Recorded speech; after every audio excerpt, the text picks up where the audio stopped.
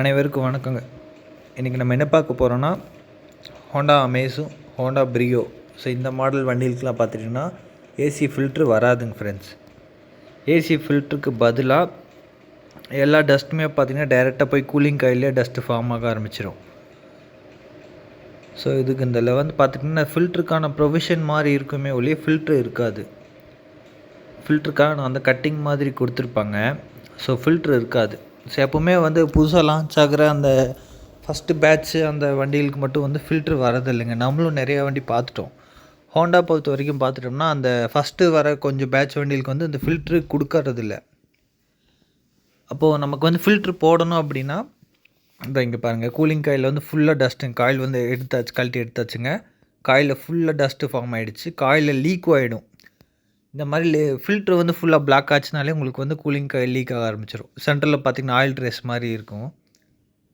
So இந்த மாதிரி league ஆகக்கூடாதுன்னு நீங்கள் கூலிங் காயில் ப்ரொடெக்ட் பண்ணணும்னு நினச்சிங்கன்னா கேபின் ஃபில்ட்ரு போட்டு தான் ஆகணும் கண்டிப்பாக. பழைய வண்டிகளுக்கெலாம் ஃபில்ட்ரு இல்லாமல் வந்துட்டு இருந்ததுங்க. ஸோ இப்போ இருக்கிற வண்டியில் நம்ம அப்படி விட முடியாதுங்க ஃப்ரெண்ட்ஸ். ஸோ இதுக்கு நம்ம என்ன பண்ண போகிறோம் அப்படின்னா, உள்ள அந்த ஃபில்ட்ரு ஆன ப்ரொவிஷன் வந்து கட் பண்ணி ஃபில்ட்ரு போட்டு புது காயில் ரீப்ளேஸ் பண்ண போகிறோங்க. புது காயில் வந்து ஒரிஜினல் ஹோண்டாலேயே வாங்கி ரீப்ளேஸ் பண்ணுறோம்.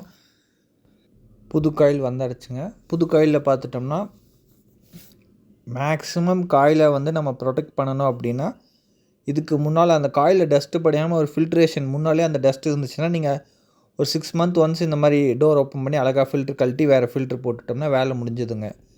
இல்லை இந்த டஸ்ட்டு உள்ளே போயிட்டே இருந்ததுன்னா அது நம்ம சுவாசிக்கும் போது நமக்கும் இன்ஹேல் ஆகும்.